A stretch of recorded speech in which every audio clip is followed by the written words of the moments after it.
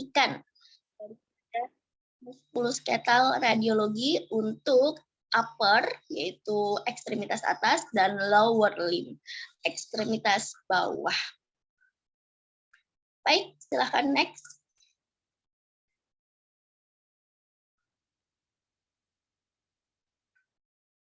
Nah, ini hal yang harus kita ingat kembali tentang sistem skeleton daripada tubuh kita. Skeleton atau tulang di tubuh kita terkategori menjadi dua, yaitu ada axial skeleton dan appendicular skeleton. Maksudnya apa? Yang disebut dengan axial skeleton itu adalah kalian lihat yang berwarna ungu atau biru ya ini ya.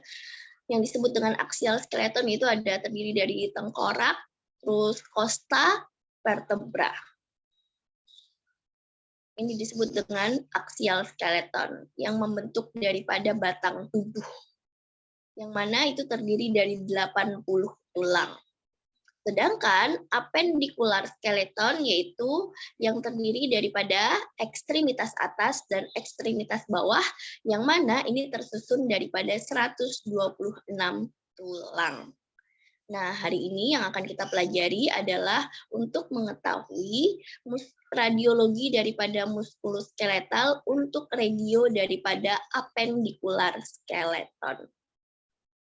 Lanjut. Nah, ini adalah penampakan daripada hand, yaitu tangan, dan wrist ketika dilakukan radiografi. Radiografi, apa yang tampak? Apakah ada sesuatu yang tampak bermasalah dari hasil foto rongsen ini? Kalau kalian lihat, ini adalah penampakan daripada hasil radiografi pada regio tubuh yang normal. Kalau di sisi yang hand itu adalah penampakan daripada tangan, yang mana tangan itu tersusun atas os atau tulang-tulang karpalia, terus ada metakarpal, terus ada palang, dan interpalang. Nah, kalau ini terlihat penampakannya itu PA. Ada yang tahu maknanya PA apa? Jadi kalau PA itu posterior anterior. Jadi pengambilan daripada hasil foto rongsen ini itu dilakukan dari segi aspek depan belakang, posterior anterior. Begitu juga dengan wrist, kalian bisa lihat wrist itu pergelangan tangan.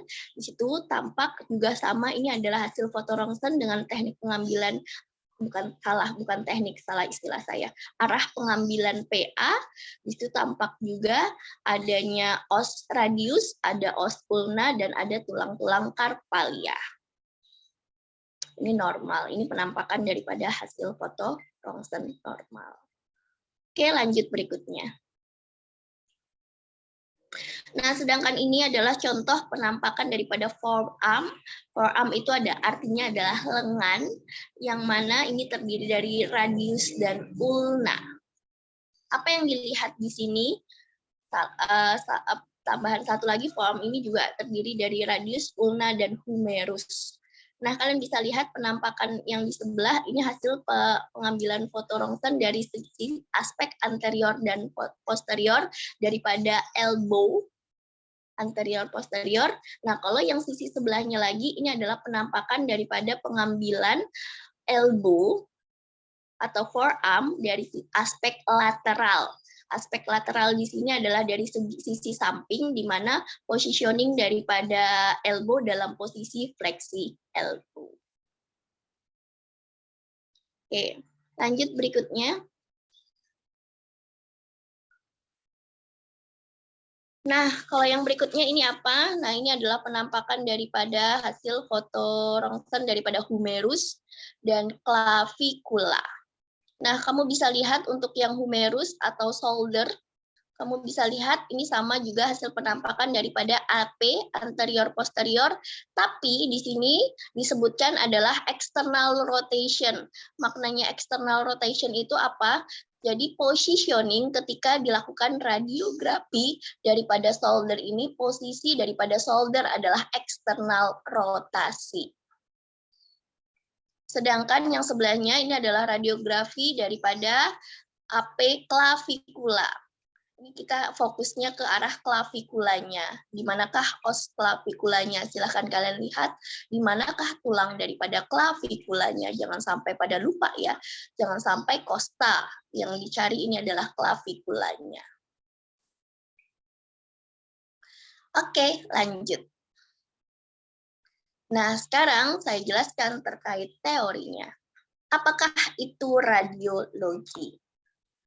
Jadi, radiologi adalah bagian daripada ilmu kedokteran yang mempelajari tentang teknologi pencitraan, baik gelombang elektromagnetik maupun gelombang mekanik, guna memindai bagian dalam tubuh manusia untuk mendeteksi suatu penyakit. Radiologi adalah ilmu kedokteran yang menggunakan radiasi untuk mendiagnosa dan terkadang untuk mengobati penyakit di dalam tubuh. Jadi perlu kalian tahu, di balik daripada radiologi itu adalah ilmu tentang untuk mendeteksi suatu penyakit, ternyata nggak dipungkiri sekarang radiologi itu sudah berkembang menjadi salah satu teknik untuk mengobati penyakit.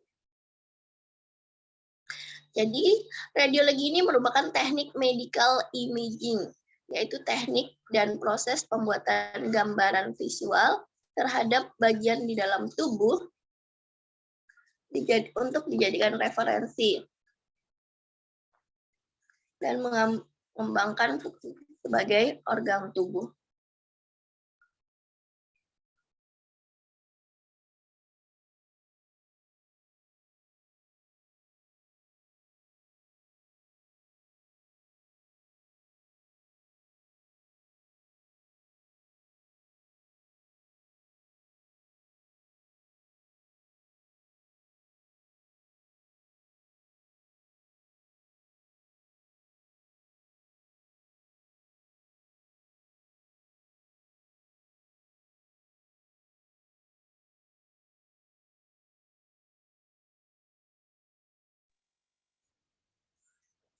Oke, lanjut lagi.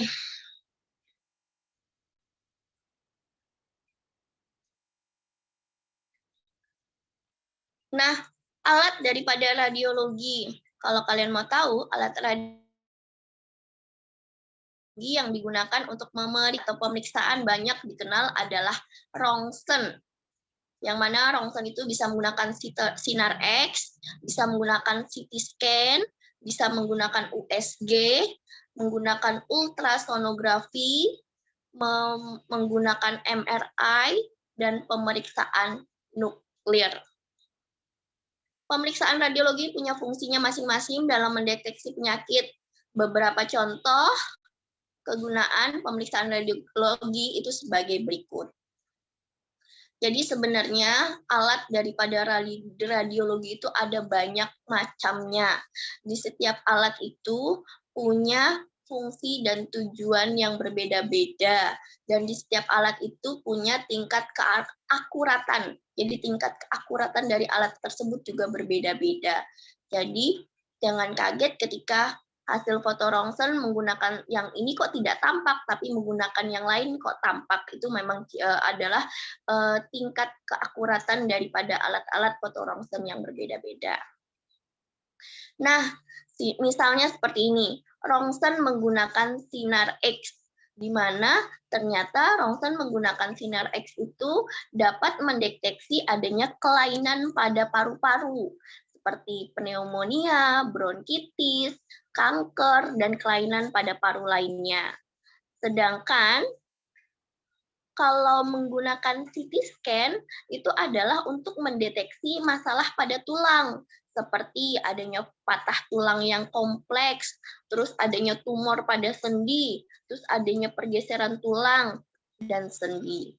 Sedangkan kalau menggunakan USG atau ultrasonografi, di sini bisa untuk mendeteksi adanya kelainan pada jantung dan pembuluh darah, seperti adanya penyakit jantung, gagal jantung, gangguan otot jantung, dan penyakit katup jantung. Sedangkan yang terakhir ini contohnya adalah alat MRI, yang mana ternyata MRI itu bisa untuk mendeteksi adanya permasalahan yang terjadi pada saraf dan otak. Sepertinya ada stroke, ada tumor, ada pendarahan otak, ada meningitis, dan lainnya. Jadi kalau kalian tanya, alat radiologi itu ada apa saja? Ada banyak sekali. Kalau kita mungkin orang awam selama ini cuma mengenal istilahnya adalah hanya rongsen saja, hanya MRI saja, hanya USG saja, padahal dibalik daripada itu, rongsen itu merupakan istilah secara umum, sedangkan secara spesifik ada banyak ragam alat yang bisa digunakan. Itu yang harus kita tahu. Lanjut berikutnya. Berdasarkan jenis-jenis modalitas imaging untuk menunjang diagnosa, maka alat-alat radiografi itu bisa diistilahkan menjadi istilah seperti ini. Kalau yang radiograf itu bisa untuk mendeteksi tulang dan soft tissue. Terus kalau menggunakan CT scan itu bisa untuk tulang yang kompleks. Kalau menggunakan USG, kita itu bisa untuk mendeteksi adanya jaringan lunak, apakah itu tendon, apakah itu ligamen, apakah itu otot. Sedangkan kalau MRI itu bisa juga untuk jaringan lunak, bisa untuk tendon, bisa untuk ligamen, bisa untuk meniskus, bisa untuk otot, bahkan kalau untuk kepala pun bisa untuk otak dan saraf. Itu yang harus diketahui. Lanjut berikutnya.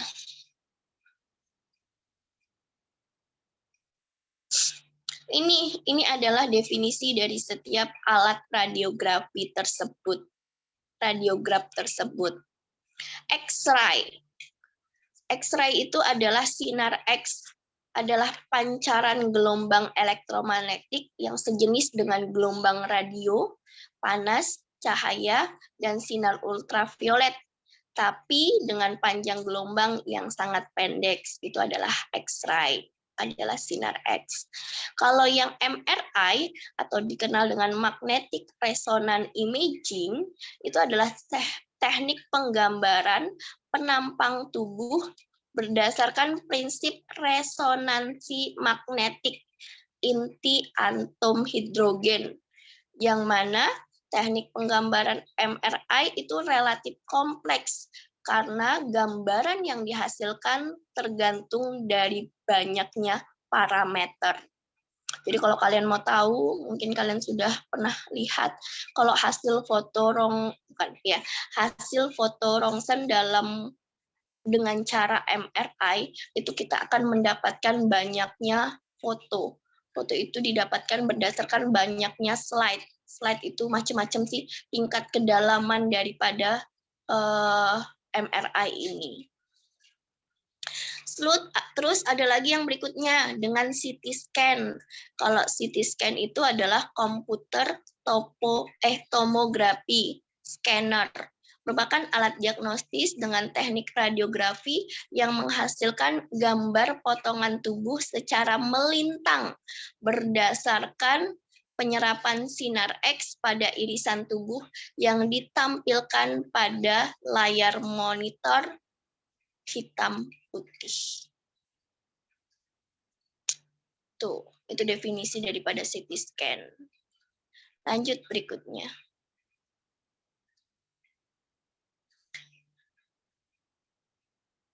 Nah, apa yang dimaksud dengan interpretasi daripada radiologi diagnostik dan pada sistem muskuloskeletal? Jadi, sistem muskuloskeletal itu terdiri dari dua permasalahan. Bisa adanya kelainan pada tulang, bisa juga kelainannya pada jaringan lunak. Nah, kalau kita mau tahu pada pasien yang kita hadapi ini, sebenarnya sumber masalahnya itu bermasalah daripada tulangnya atau bermasalah pada jaringan lunaknya kah? Maka kita akan merujuk pasien atau menyarankan pasien untuk melakukan Radiografinya yang seperti apa? Kita fisioterapi, ketika kalian nanti sudah mulai berhadapan dengan pasien, seharusnya sudah mulai bisa melakukan pemeriksaan, dan dari hasil pemeriksaan tersebut kita sudah bisa mendeteksi, oh ini kemungkinan besar pasien mengalami permasalahan pada tulang. Tapi pasiennya tidak yakin dengan apa yang kita sampaikan, maka kita merujuklah pasien untuk melakukan radiografi. Radiografinya apa? Kalau kita deteksi itu adalah permasalahan pada tulang, jadi kita minta kepada pasien untuk radiografi atau CT scan, atau istilah lainnya di CT scan saja. Tapi kalau kita melihat, oh permasalahan pasien ini bukan pada tulangnya, oh dia kemungkinan ini bermasalah pada ligamennya yang mengalami robekan atau putus, maka kalau untuk meyakinkan pasien bahwasannya permasalahannya pada hal tersebut, maka kita merujuk pasien untuk melakukan yang namanya MRI atau USG. Jadi sebenarnya kita ke depannya fisioterapi itu harus sudah bisa bukan menebak sih sebenarnya, yang mendeteksi kemungkinan permasalahan yang terjadi pada pasien, lalu diperkuat dengan hasil pemeriksaan radiografi atau rongsen. Lanjut. Sebelum masuk ke kasus, sebenarnya seperti ini juga. Foto hasil daripada foto rongsen atau bagaimana cara membaca daripada foto rongsen. Jujur, ketika kita tidak terbiasa untuk melihat hasil foto rongsen, sebenarnya bukan hal yang mudah untuk kita memaknainya atau membaca. Jadi, kapankah sebenarnya kita akan terbiasa untuk memaknai dan memahami tentang bagaimana cara membaca daripada radiologi ini? Nanti ketika kita sudah di lahan, ketika kita sudah praktek di lapangan, disitulah saatnya kita akan mengenal yang namanya hasil pemeriksaan radiologi, dan semakin sering kita membacanya atau melihatnya, maka akan semakin mempermudah kita sebagai fisioterapis untuk memahaminya atau membacanya. Jadi kalau kita jarang untuk melihatnya secara langsung daripada hasil foto rongsen, maka kalau ditanya apakah ini sulit untuk dipahami, jujur sulit untuk kita memahaminya. Itu sih yang kalau saya rasakan yang terjadi ketika kita jarang atau tidak pernah untuk melihat secara real atau membacanya sesering mungkin. Lalu hasil daripada radiologi ini diantaranya lah dari sekian banyak permasalahan yang bisa dibaca dari hasil pemeriksaan radiologi itu adalah untuk kasus fraktur.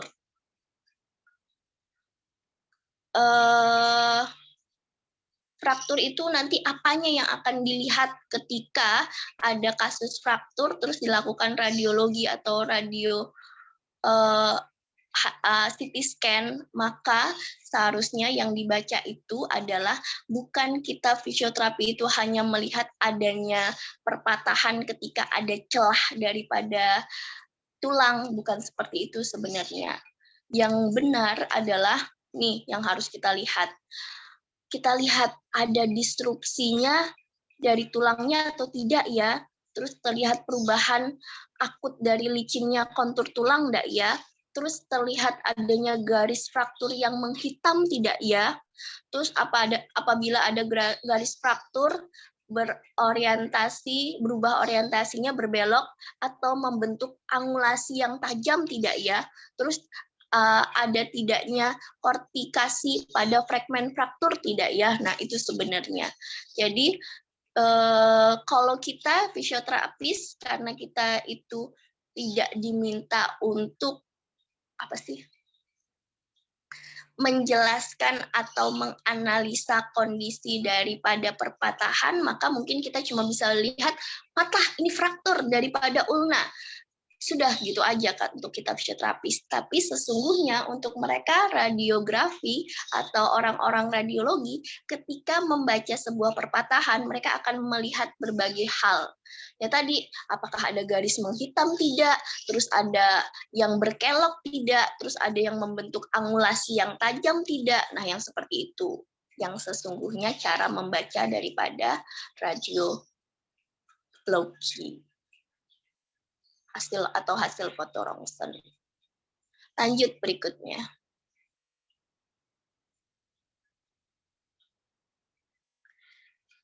Nih, di sini kalian bisa lihat ketika ada fraktur, tanda sekunder daripada fraktur. Apa yang terjadi pada seseorang yang mengalami fraktur yang terlihat dari sekunder? Pasti ada pembengkakan pada jaringan lunak.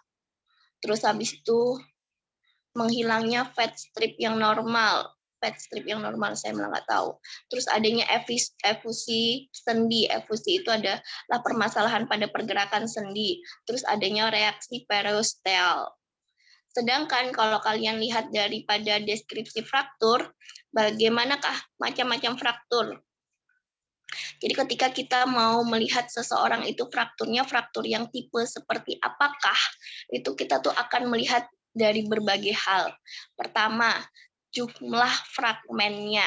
Apakah perpatahan ini hanya menjadi perpatahan 2 saja? Kalau perpatahan 2 menjadi kategori simple fraktur.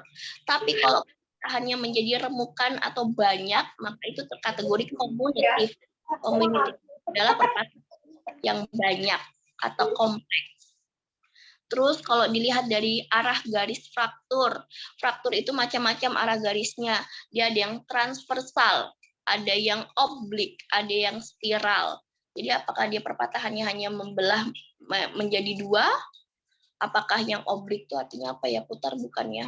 Ataukah dia yang spiral? Saya lupa. Terus ketika perpatahan itu hubungan antara satu fragmen tulang dengan lainnya, apakah tulangnya itu membentuk adanya displacement. Displacement itu ada perbedaan jarak. Terus ada angulasi, membentuk adanya penyudutan. Terus adanya rotasi, bahkan daripada perpatahan itu tangan yang bagian bawah berputar. Atau yang terjadi berikutnya sampai membentuk adanya pemendekan. Jadi ketika patah, terus tulang itu saling tumpang tindih, itu membentuk adanya pemendekan. Terus setelah itu bisa lagi dilihat hubungan fragmen tulang dengan atmosfer. Maknanya atmosfer ini adalah jaringan lunak yang ada di sekitar daripada perpatahannya. Apakah pasien itu terkategori fraktur terbuka atau fraktur tertutup. Fraktur terbuka berarti melukai daripada jaringan lunaknya. Kalau tertutup berarti jaringan lunaknya tidak sampai terbuka. Itu yang sebenarnya harus kita ketahui ketika seseorang mengalami fraktur. Lanjut berikutnya. Nah, sekarang ini untuk ekstremitas atas. Di sini sebenarnya kalau ditanya kasus-kasus pada ekstremitas atas yang memungkinkan terjadinya fraktur itu ada banyak sekali. Tapi ini saya hanya akan menjelaskan contoh-contoh macam fraktur yang mana yang paling sering terjadi dan itu wujud penampakannya pada hasil foto rongsennya seperti apa, inilah yang akan tampak. Kita fisioterapis nanti biasanya akan sering bertemu dengan pasien fraktur koles. Kalau kalian mau tahu fraktur koles itu apa, yaitu fraktur yang terjadi pada distal bagian bawah daripada tulang radius. Tulang radius itu yang sejajar dengan jempol. Yang mana tulang radius ini akan membentuk adanya angulasi distal ke arah dorsal. Jadi tulang radius itu akan bergerak ke arah dorsal. Kalau kalian lihat dari penampakan AP, anterior posterior, mungkin tidak terlalu tampak ada sesuatu yang bermasalah dari tulang radiusnya. Tapi silahkan kalian lihat dari sisi lateral atau dari sisi samping. Nah, disitulah baru akan tampak terlihat adanya fraktur daripada tulang radiusnya, yang mana tulang radiusnya mengalami perpatahan, membentuk adanya angulasi penyudutan yang ke arah dorsal. Jadi kalau kalian lihat perpatahannya itu dia jatuh ke arah dorsal, ke arah belakang. Nah, ini adalah ciri-ciri fraktur Colles. Hasil foto rongsennya, hasil X-ray-nya, penampakannya adalah seperti ini. Lanjut berikutnya.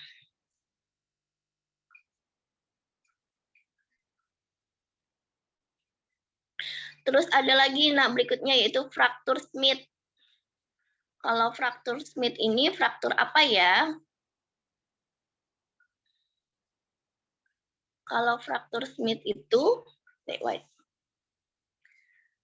yaitu fraktur pada distal daripada tulang radius, tapi angulasi fragmennya itu ke arah volar. Maksudnya angulasi fragmennya itu ke arah volar seperti apa?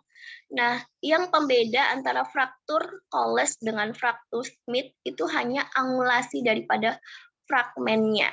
Kalau tadi Smith, dia jatuhnya daripada tangan ini ke arah dorsal. Tapi kalau yang untuk fraktur Smith itu jatuhnya ke arah volar. Volar itu ke arah mana? Ke sisi samping. Kalau ke sisi samping itu maksudnya seperti apa? Kalau di sini di Smith ya, kalau kalian bisa lihat, ketika penampakan itu kita lihat dari sisi anterior posterior, tampak tuh ada penyudutan ke sisi samping daripada tulangnya. Atau kalau dari sisi lateral itu tampak adalah tangan itu ke arah depan, seperti ini. Jadi bedanya kalau tadi Smith jatuhnya tangan itu ke belakang, ke arah dorsal seperti ini, tapi kalau yang Smith jatuhnya itu ke arah depan, penyudutannya itu ke arah depan seperti ini. Tuh. Jadi kalau dibilang bagian daripada tulang yang patah ini sebenarnya secara posisi, secara tulangnya sama antara Colles dengan Smith, tapi ternyata dalam positioning-nya itu mempengaruhi daripada istilah jenis frakturnya. Lanjut berikutnya. Terus ada lagi nih, kalian lihat perpatahan untuk fraktur Monteggia. Gambaran radiologinya adalah frakturnya terjadi pada shaft daripada ulna atau batang tubuh daripada os ulna. Terus disertai dengan adanya dislokasi daripada kaput radius. Jadi kalau untuk fraktur Monteggia, selain adanya perpatahan daripada os ulnanya, disertai dengan adanya dislokasi daripada kaput radius. Kalian bisa lihat itu penampakan daripada hasil X-ray-nya. Kalau sudah seperti ini, tindakan fisioterapi mah bagaimana? Nggak ada fisioterapi kalau ada pasien seperti ini tetap menunggu tindakan dari operasi terlebih dahulu. Setelah operasi baru berhadapan dengan fisioterapi. Oke, lanjut lagi berikutnya. Kalau ini berbeda lagi, namanya fraktur Galeazzi. Kalau fraktur Galeazzi ini fraktur apa? Yaitu fraktur pada distal radius. Sama ini juga terjadi perpatahan pada tulang radius, tapi disertai adanya dislokasi daripada radio ulnar distal. Jadi selain adanya perpatahan daripada os radius, juga disertai adanya dislokasi daripada radio ulnar distal. Bedanya dengan Monteggia. Kalau Monteggia yang patah adalah ulna, kalau Galeazzi yang patah adalah radius.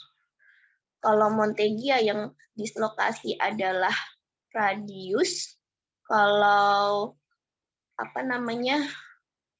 kalau Galeazzi yang dislokasi adalah radio. Nah, ini silahkan kalian baca kembali untuk lebih pahamnya lagi. Lanjut lagi. Nah, selain daripada perpatahan, kasus-kasus apalagikah yang bisa dilihat atau dideteksi menggunakan radiografi? Di antaranya adalah rheumatoid arthritis atau peradangan pada jari-jari tulang-tulang. Nah, ini kalian bisa lihat penampakan daripada hasil foto rongsen untuk pasien dengan rheumatoid arthritis. Apa yang tampak ya, apa ya yang sesuatu hal yang berbeda. Yang terlihat adalah pada kasus rheumatoid arthritis, pasien itu pasti di fase awal akan ada pembengkakan pada jaringan lunak, di mana kalau kalian tahu sendi-sendinya ini akan ada pembengkakan, terus ada periartikuler, erosi marginal tulang. Di fase akhir orang dengan rheumatoid arthritis, apa yang terjadi? Akan ada penyempitan celah sendi, akan ada deformitas tulang, yang mana akan tulangnya itu akan deformitas itu kelainan bentuk, maksudnya kelainan bentuk itu akan membentuk kekakuan, dan ini pun akan melibatkan banyak sendi. Jadi kalau kalian tahu pasien-pasien dengan RA ini, ciri-cirinya adalah dia kalau diminta untuk menggerakkan daripada jari-jari biasanya akan kaku, itu yang pertama. Terus yang kedua, bentuk daripada tangan ini akan melengkung. Normalnya tangan kita seperti ini, kalau kalian tahu pada lansia biasanya ada penyudutan daripada persendian, ada yang tangannya menjadi lebih seperti ini, pokoknya ada yang menekuk-nekuk dan lain sebagainya. Itu adalah ciri-ciri daripada RA. Ketika dilakukan radiografi, ya akan seperti inilah penampakan yang akan terlihat. Tidak akan terlihat adanya penyempitan celah sendi. Terus berikutnya lagi. Sedangkan yang berikutnya ini adalah penampakan daripada orang dengan kondisi osteoartritis. Kalau osteoartritis itu akan membentuk adanya osteofit, yaitu penyempitan celah sendi. Di sklerosis tulang subkondral, ada deformitas tulang, bisa ditandai dengan adanya tanda-tanda sinovitis, ada pembengkakan jaringan lunak. Nah, umumnya osteoartritis itu terjadi pada jaringan pada sendi besar sebagai penyangga tubuh. Nah, kalian bisa lihat nih, bagaimana penambakan yang pertama untuk hip joint. Lihat, pada gambar hip joint, gambar yang pertama ini adalah normal joint space. Kalian bisa lihat ketika sendi itu tidak ada masalah, maka akan tampak adanya celah sendinya. Tapi ketika terjadi osteoartritis, maka celah sendi itu akan menghilang. Karena apa? Karena kartilagonya itu membentuk tulang atau cairan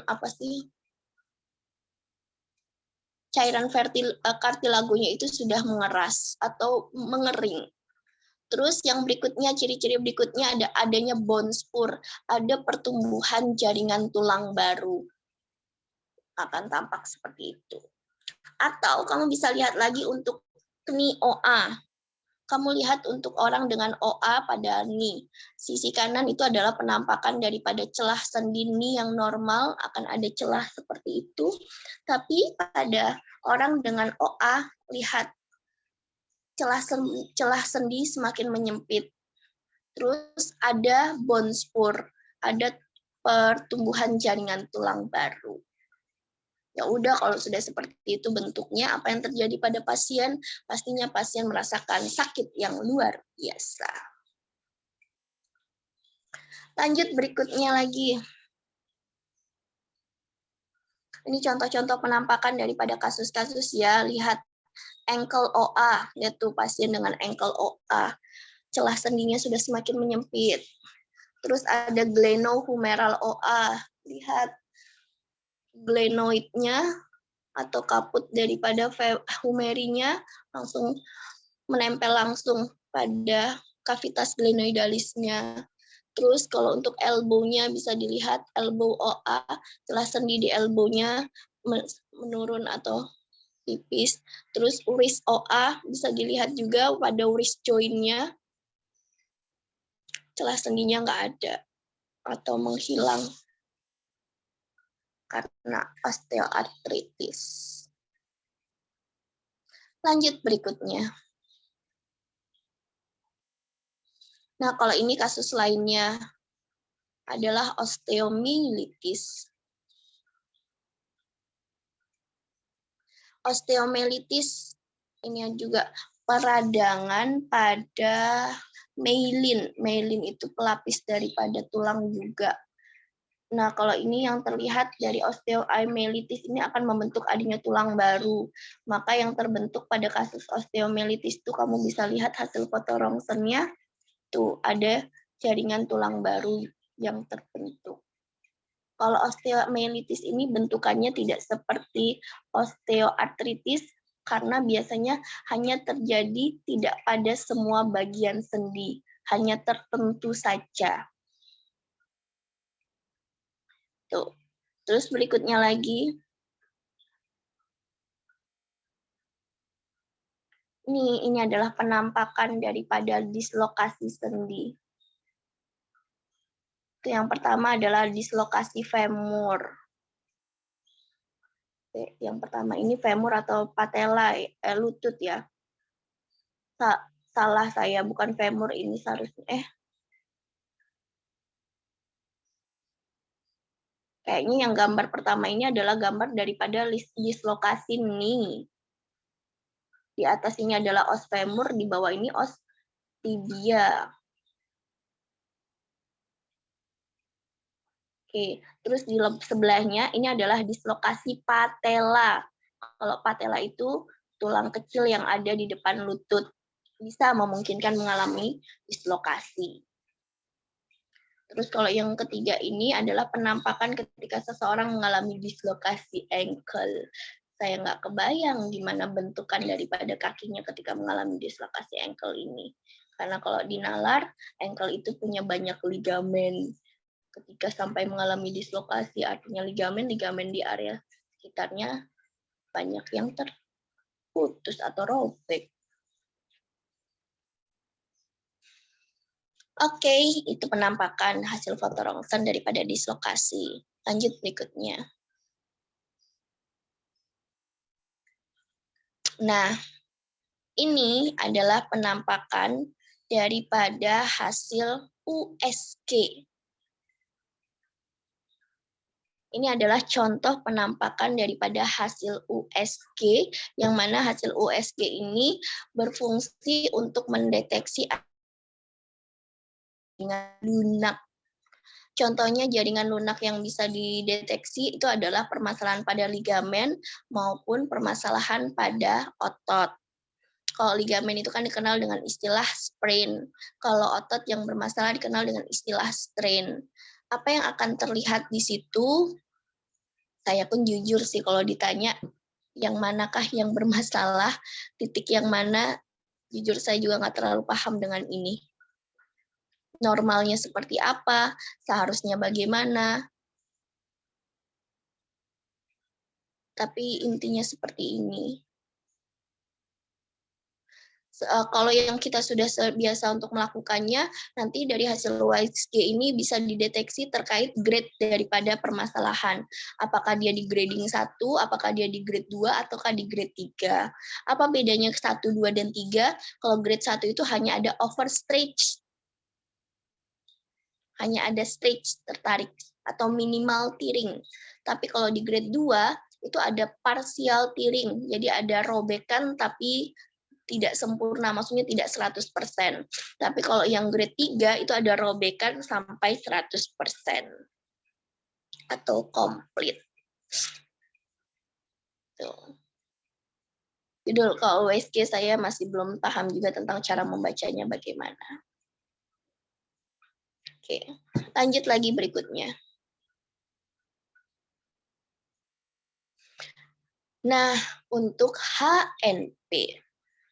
Saya yakin kalian sering mendengar permasalahan atau kasus HNP, hernia nucleus pulposus, yang mana sering terjadi itu adalah di lumbal. Kalaupun tidak di lumbal, biasanya ini terjadi di regio daripada cervical. Nah, kalau kalian mau tahu, dari radiografi, apakah dengan teknik apakah HNP itu bisa dideteksi dengan baik atau dengan akurat. Jadi kalau kalian mau tahu, kalau kita mau mendeteksi pasien dengan HNP, kalau kita hanya melakukan foto rongsen biasa, ternyata HNP-nya itu biasanya tidak akan tampak. HNP itu apa sih? Nah, itu juga harus kalian pahami dulu, Deng. HNP itu mencotot. Apanya yang mencotot ya? Nukleus pulposusnya itu mengalami penekanan yang berlebihan yang mengakibatkan nukleus pulposusnya itu menjadi keluar. Nukleus pulposus itu sebenarnya jaringan lunak. Nah, jadi kalau seandainya kita hanya melakukan pemeriksaan hanya dengan foto rongsen, biasanya dari hasil foto rongsen itu penampakan yang ternampakkan dari foto rongsen adalah jaringan keras, maksudnya tulangnya. Biasanya tulangnya itu tampak normal, tidak ada sesuatu yang bermasalah. Kadang space-nya, ruangannya itu antar vertebranya itu oke, nggak ada, tidak jumpai adanya penyempitan. Jadi pasien kalau hanya dilakukan foto rongsen untuk mendeteksi HNP, apakah akurat? Masih dinyatakan belum akurat. Lalu bagaimana dengan CT scan? Jadi kalau nggak salah saya itu juga agak bingung sebenarnya dengan hasil foto rongsen biasa dengan hasil foto CT scan ini apa yang menjadi pembeda. Kalau nggak salah tuh yang menjadi beda tuh ini kualitas daripada hasil fotonya. Kalau yang foto rongsen biasa tuh kualitas dari hasil foto rongsen tuh kualitasnya sangat rendah, jadi tidak terlalu jelas. Tapi kalau CT scan itu lebih jelas, tapi kedua-duanya ini sama-sama mendeteksi daripada tulang. Tapi ketika orang dengan HNP itu kita minta untuk melakukan MRI, maka disitulah baru akan tampak adanya kemencotatan adanya prolaps daripada nukleus pulposusnya itu akan lebih tampak ketika dilakukan MRI. Karena MRI itu bisa mendeteksi daripada jaringan lunak. Ada apa dengan si jaringan lunaknya? Jadi kalau kalian tanya, kalau kita menebak ada pasien dengan HNP, kalau pasien mau keakuratan daripada benarkah ini bermasalah HNP, maka tidak dipungkiri biasanya kita akan menyarankan pasien untuk melakukan MRI. Itu. Lanjut berikutnya. Nih kalian bisa lihat.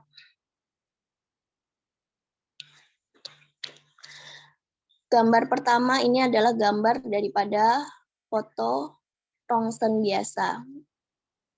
Sekarang kalau kita lihat dari celah sendi, tidak tampak adanya celah sendi yang kalau kita lihat bermasalah. Oke-oke saja. Terus, tapi kalau dilihat dari yang di sebelahnya lagi, CT scan, ternyata dari hasil CT scan ini ada tampak adanya spondylolisis. Silahkan kalian cari tahu apa itu makna daripada spondylolisis pada L2, L3. Tapi kalau kalian lihat dari hasil MRI, tuh lihat ini loh wujud penampakan dari pasien dengan HNP, akan tampak adanya yang prolaps atau mencotot.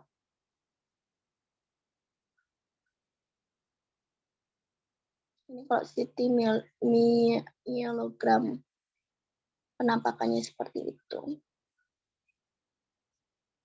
Intinya adalah semakin sering kita melihat foto-foto ini, semakin sering membandingkan antara satu pasien dengan pasien lainnya, maka kita akan terbiasa untuk mengetahui cara mendeteksinya atau membaca daripada hasil foto rongsen. Lanjut berikutnya.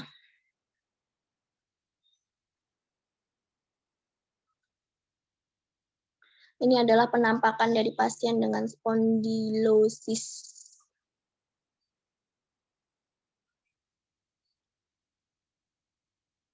Tampak adanya penyempitan.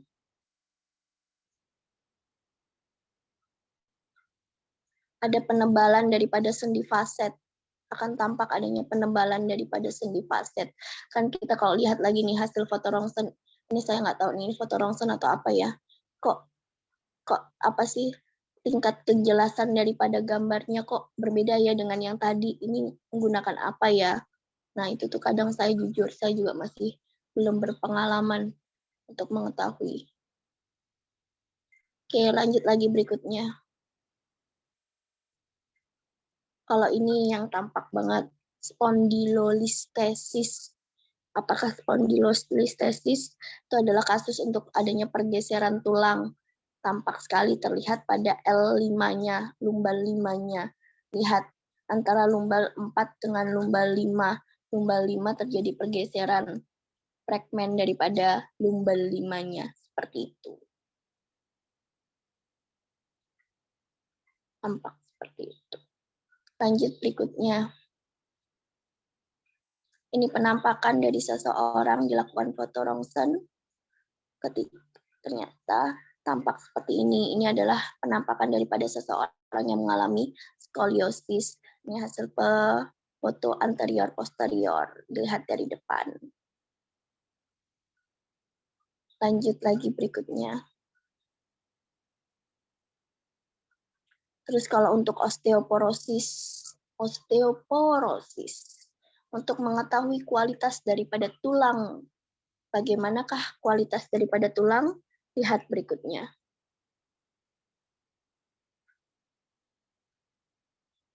Ini adalah penampakan seseorang dengan permasalahan yaitu osteoporosis. Lihat kalau kalian lihat begitu kompleksnya kah tulangnya yang bermasalah, dimulai dari yang space celah sendinya yang juga mengalami penurunan yang tidak ada. Terus kualitas daripada tulangnya itu sudah tidak jelas.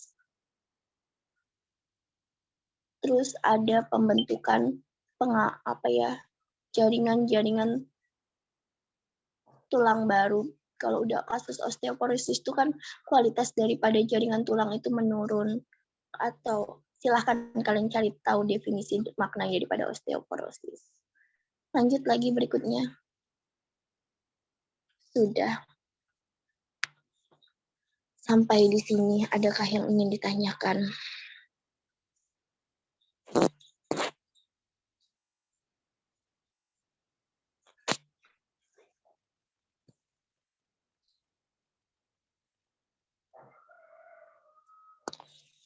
Kalau ditanya, saya paham, maksudnya saya seringkah bertemu dengan kasus, maksudnya seringkah membaca daripada radiologi.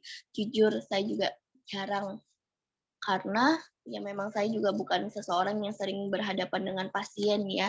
Jadi secara otomatis membaca hasil foto rongsen juga hal yang jarang untuk dilakukan. Jadi kalau ditanya, bisakah membaca? Ya, baca terus belum tentu apa yang saya baca itu benar. Jadi mau nggak mau yang seperti ini pun kita harus sama-sama belajar secara realnya bagaimana.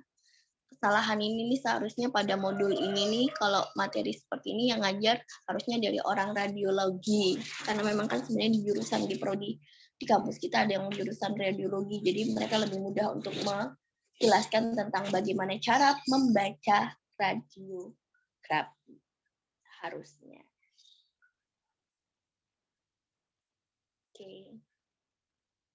Sampai di sini, adakah yang ingin ditanyakan?